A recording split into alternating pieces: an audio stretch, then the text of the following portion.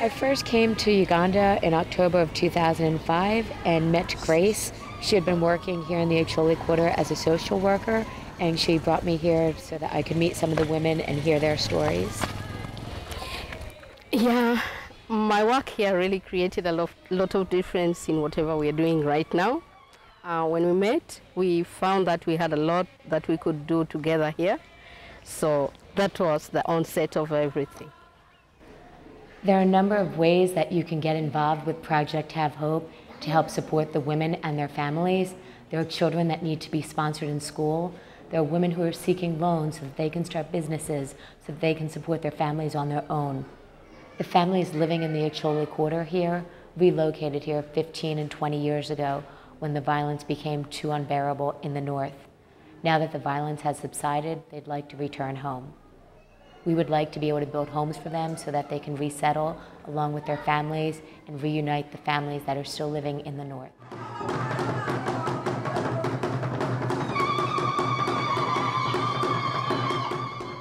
One of the great challenges that a lot of our children have when they attend school is that their home life here is so challenging.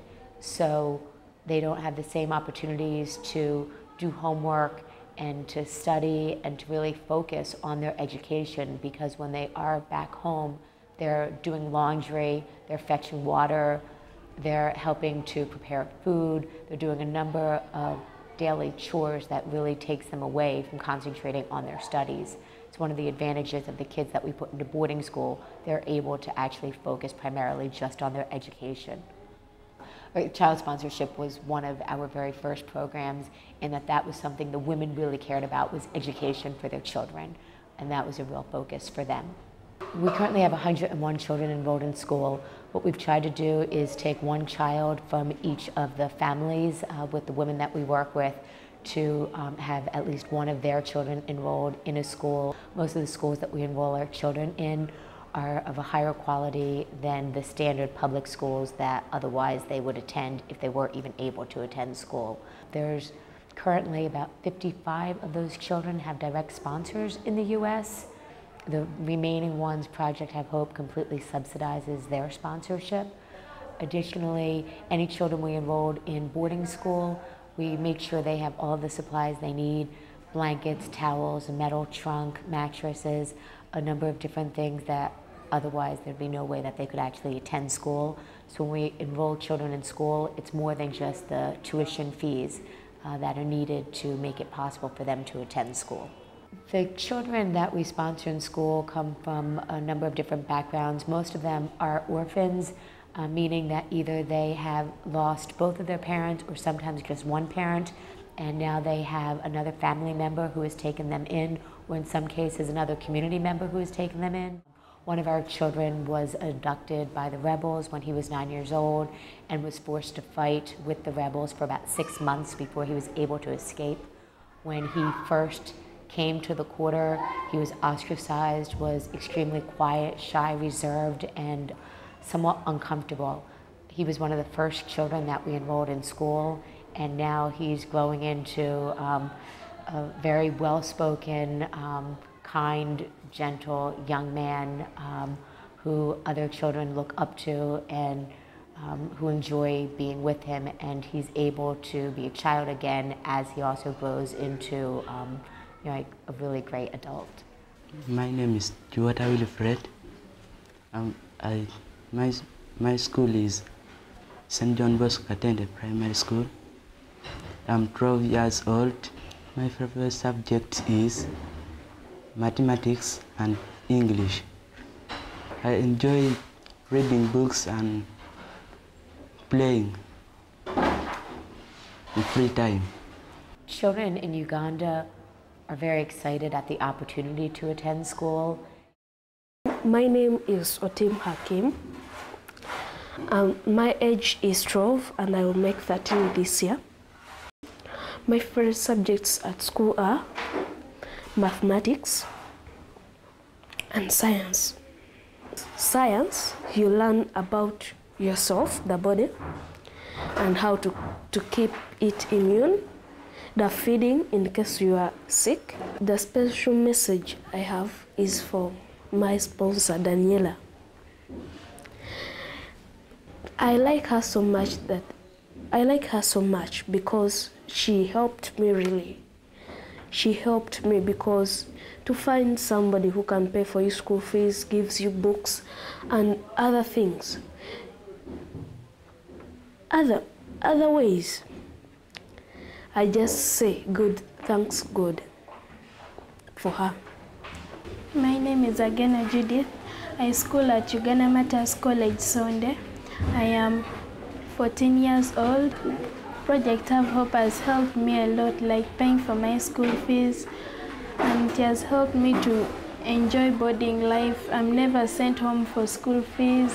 It has helped me provide me school requirements like books, pencils, mattresses, blankets, and cases for boarding. No, I don't have a direct sponsor, but I would like to have one to help me finish my studies. We have another child we sponsored in school who originally didn't even have a name. Although she was about 8 years old at the time, she was orphaned, and the family members she was living with really never thought that she could amount to much. So we had to actually give her a name in order to enroll her in school. My name is Lapek Maria Goretti. I am 13 years old. My school is called St. John Bosco Katendi. In my future, I would like to be a teacher. I thank Project Have Hope for paying for my school fees. Since from P1 they started paying for me. They buy for me requirements like books, dream paper, pens, and uniform. Whereas in the Acholi quarter, their parents work in the stone quarry and do a lot of manual labor. Some of our children now aspire to be lawyers. One student wants to be a flight attendant. They actually have dreams and believe in things outside of just life in the quarter. I'm Judith Linda. I'm in senior 3 now, and I'm in St. Lawrence, Paris Palais. I love math because when I'm studying math, I feel I am understanding everything. Literature has always been my favorite since P1. And chemistry, I just love the chemical reactions and everything about it. Thank you very much for sponsoring me, and I'm very grateful for whatever you've done for me, because I'm now hopeful that one day I will be in the International Court of Justice as the best lawyer there. Just because of you, I owe you my future. The children that we've enrolled in school, by enrolling them into competitive schools, they've been able to really look forward to a much brighter future.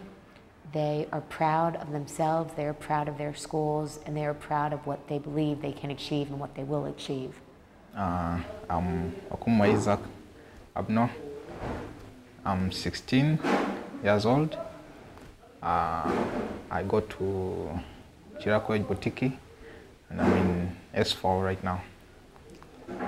The near future, I would like to do IT. I'd like to do IT, and I think physics and math will help me.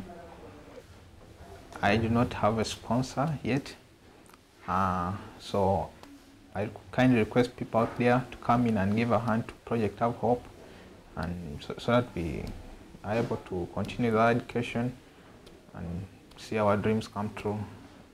Yeah. Hello, thank you Project Have Hope for sponsoring us.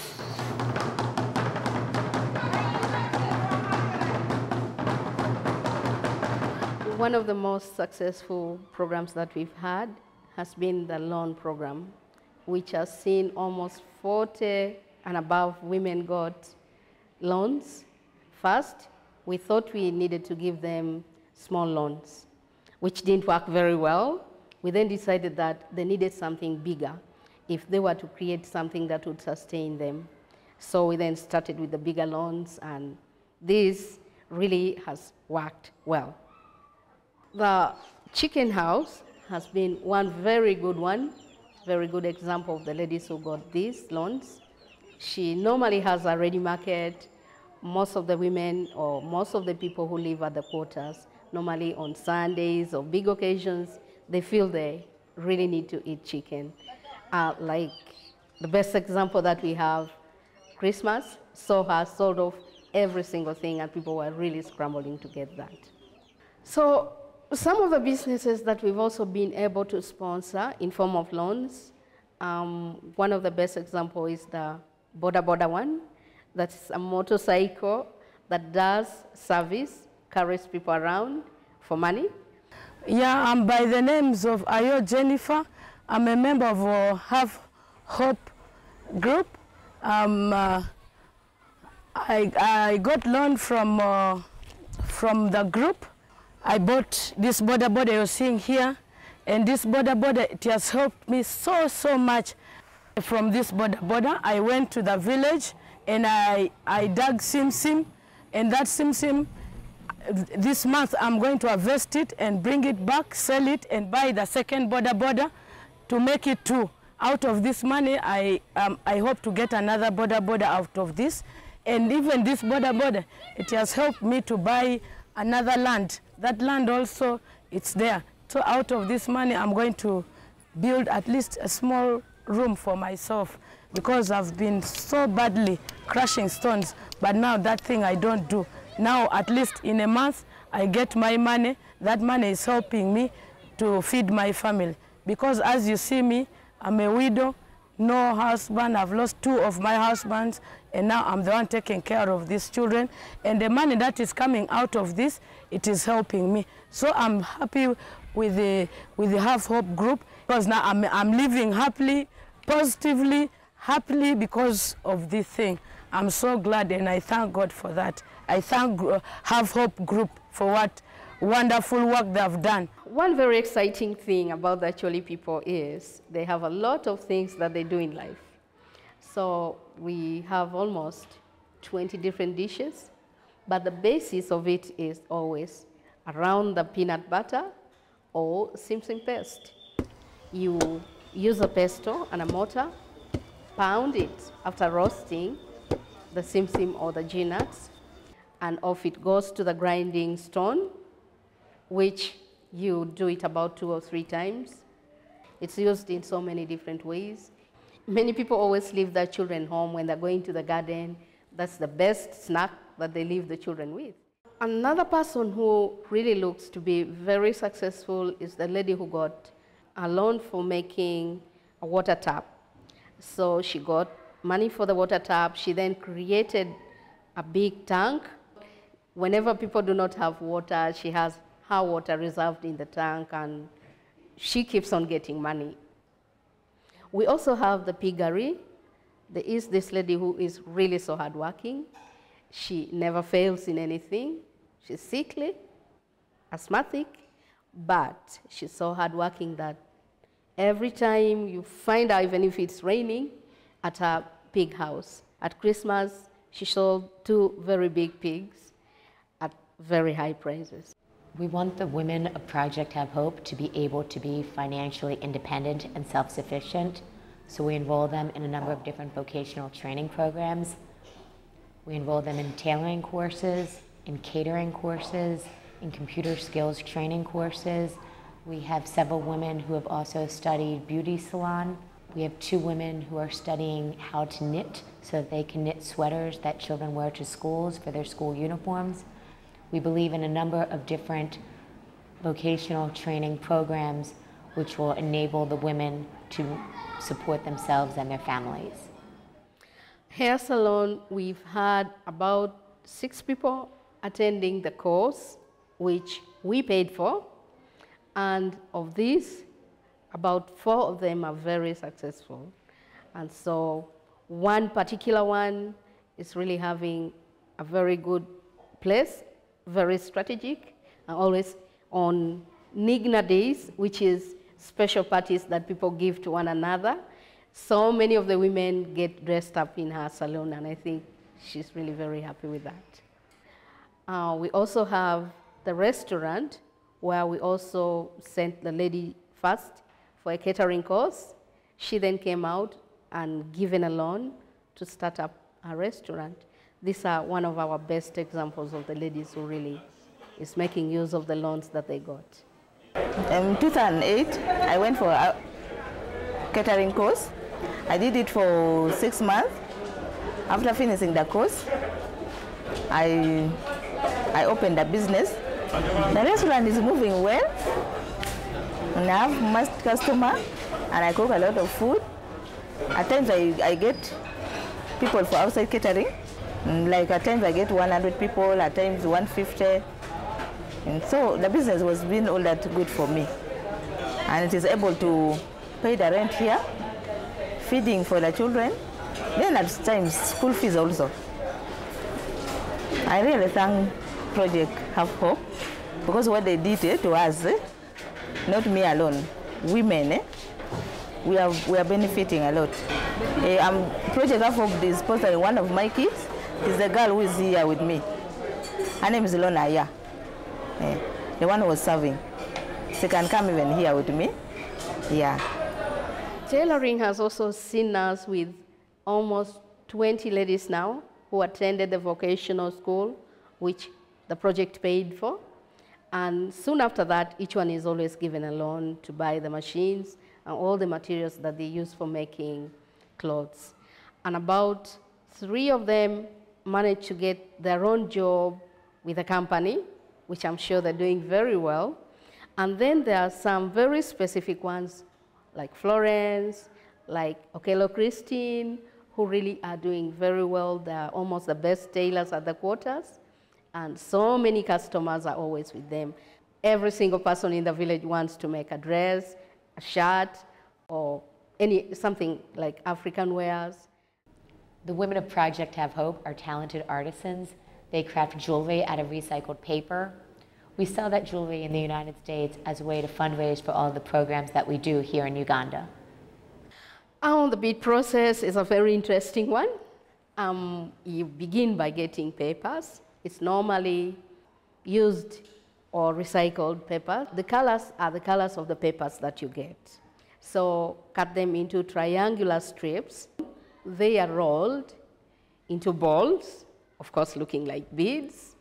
Then these beads or the balls are then strung onto a polythene wire to give holes while they're doing the varnishing. So varnishing is adding the liquor, bead liquor, onto it. It's done in a basin or a container. It's hung. It's always done about 3-4 times to make it shine or kind of smooth. After this, after the total drying, it has to really be dry so that they will never stick together again. So after the proper drying, you then string it up into whatever thing you want. It's either going to be a calf necklace, it's going to be a single necklace, or a bracelet, or an anklet. You either use elastic or the same strings that you use for varnishing, but this time they're very tiny. So there you already have your beads ready for wearing. We also have special balls made out of the same paper. This time the papers are a little bit thicker. If they are light, it wouldn't make strong ones. The papers are cut, this time they are supposed to be straight, long strips. They have to be a little bit wider than what we had before for the beads. And then folded 4 times, meeting in the middle. And these strips are then rolled around, nothing. It's not rolled onto something. So it's rolled just by itself, but you use super glue this time instead of the normal glue. It's like pottery, really. If somebody knows how to do pottery, that is the system used. So after doing all this, you then get varnish. It shouldn't be that much because it then spoils the color of the real balls. So basically that's how the balls are made.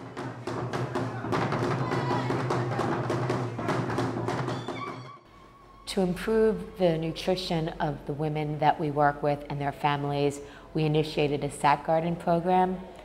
With that, they're able to produce food that gives their families vegetables to eat while they're able to sell the surplus in markets and earn some money. Our ladies had the opportunity to visit the center where there is a project for many people coming from different parts get together. They're trained on how best they can use their land, however small it is. The plants, the seedlings, are then transferred onto these gardens on top, and holes are made all over the big sack so that things like spinach can be transplanted onto these holes all over. So in general, a big full sack can contain about 200 stems of spinach or any other vegetable that is being planted. Here we have about 20 ladies who do this project. The project also have a few income generating activities that is for the community at large. It's not any specific for one person.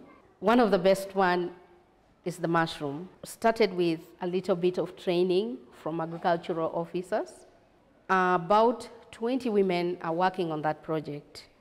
The process begins by cotton husk being soaked in water overnight. Then the next morning it's sterilized for more than 6 hours. After that, it's removed and has to cool down a bit. But after this, it should be remembered that it is already sterilized. So you have to keep it sterile. Getting in there, you have to wash your hands with spirit. You shouldn't wear any perfume. You shouldn't have shoes on. After the sterilization, you have to spread it covered somewhere. Then the planting session begins.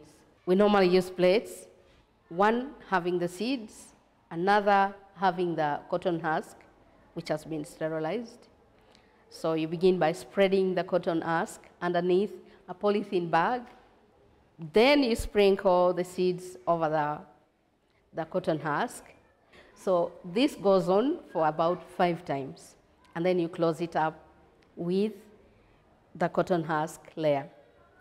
And you make sure it's completely tight without any air inside. So this then stays in incubation for about 2 weeks. After the 2 weeks, you then pull this out and hang them up on 2 strings. So you then, every morning you keep watering, and evening you do the same. So this time you're watering direct onto the polythene bag, because you would have pricked or cut up some holes onto it to make way for the mushrooms to grow at the time they're ready for that. So this goes on maybe for about another 1 week before you can see the mushrooms coming. We plowed an area which we made into our gardens and fenced it in to house the sack gardens. Now that the women have moved the sack gardens to their homes, we're using that land to plant other vegetables. The next agricultural initiative that we're bringing to the Acholi Quarter is a greenhouse so that the women can grow tomatoes. Similar to the sack gardens, the women will be able to grow a large crop of tomatoes by having them grow vertically straight down, so they do not need a lot of land. We decided to form a program working mostly with the women here in the Acholi Quarter. We started with a group of about 40 women. It then expanded to 100 women, and our focus was to work with them and their families to try to give them some support. So we sat down with all the women, and names were suggested, about 6 to 8 of them, and then a vote was cast, and then Have Hope was the name chosen. And literally to them, Have Hope is supposed to, in Acholi, hope means gain, but we now call it bed kinikoro. Bed is to be, which is have, and then hope is nikoro. It's a kind of waiting, but literally our vocabulary is very limited, and in many cases we have one word meaning 2 things, 2 words meaning the same thing. It's all very confusing, but the right thing is Bed Kigen is the name that we're having right now. Working with 100 women, means we work with women from a number of different backgrounds. There are some women who have never walked into a school. There are some women who have never had an opportunity to attend school. There are some women who have made it up to the equivalent of about their high school education. This is Project Have Hope with adult literacy. We educate women with advantaged, disadvantaged women from northern Uganda. So this is our class. Project Have Hope focuses on each woman to help them attain the education or the skills that they need so that they can create income-generating businesses so that they can sustain their families. We offer adult literacy classes. Those classes are geared to women who have never, ever stepped into a classroom. The first class, they had to learn how to hold a pencil. The adult literacy program has been going on for 2 years, and now the students are beginning to work on conversational English. One of the adult literacy students told me how now, when she goes to Malago Hospital to bring her sick child there, she can find the doctor, she can read the signs in the corridors. Also, when the doctor gives her a prescription for her child, she can read how she should follow the prescription so that she can properly give the medicine to her child. One of the adult literacy students told me how now she's able to count money, and so she's able to give back proper change and also check the change that she receives when she purchases something. A lot of the basic things that we as Americans just take for granted, being able to write our name, being able to count our money, being able to read a sign, is not something that many of these women are able to do. The adult literacy classes are making that possible. I would like to say that we've really done a lot, and I feel we've made a lot of success, and I'm sure that we still can do a lot more to make this community a better one. And for that, we need your help. There's so many different ways that you can get involved, by choosing to sponsor a child, or helping to give a woman a loan so that she can start a business, or sponsoring an entire family. Thank you for taking the time to watch this video, and thanks for your support.